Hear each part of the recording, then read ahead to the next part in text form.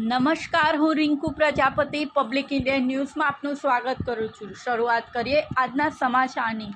સારા વરસાદના પગલે સોજિત્રા તાલુકામાં સૌથી વધુ 6000 હેક્ટરમાં ડાંગરનું વાવેતર।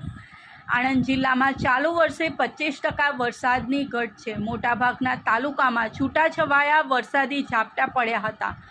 છેલ્લા 5 દિવસથી બોરસદ, પેટલાદ ને સોજિત્રા 2 ઇંચથી વધુ વરસાદ પડતા ખેડૂતોએ ડાંગર સહિતના પાકની રોપણીની શરૂઆત કરી છે, જેમાં સૌથી વધુ ડાંગરનું વાવેતર સોજિત્રા તાલુકામાં 6000 હેક્ટરમાં થયું છે, જ્યારે ઓછો વરસાદ ધરાવતા તારાપુરમાં માત્ર 350 હેક્ટરમાં ડાંગરનું વાવેતર કરાયું છે। ચોમાસુ પાકમાં ખેડૂતોએ ડાંગરની સાથે બાજરી, મગફળી, કેળ, તુવેર અને શાકભાજીનું પણ વાવેતર કર્યું છે, જેમાં સૌથી વધુ શાકભાજીનું વાવેતર આણંદ તાલુકામાં 2600 હેક્ટરમાં થયું છે, જ્યારે તુવેરનું વાવેતર તારાપુર પંથકમાં થયું છે। આણંદ જિલ્લામાં દર વર્ષે ચોમાસુ પાકનું વાવેતર સરેરાશ 1.40 લાખ હેક્ટરમાં થાય છે।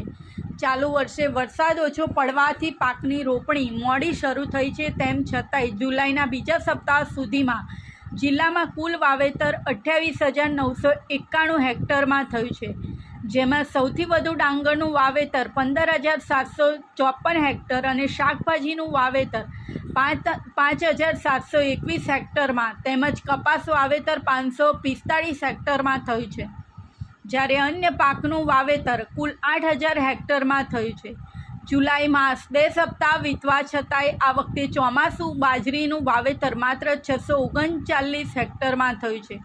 જો આગામી દિવસોમાં સારો વરસાદ થાય તો વાવેતર 2 થી 3 ગણું વધી જવાની સંભાવના ખેતીવાડી વિભાગ દ્વારા વ્યક્ત કરવામાં આવી છે।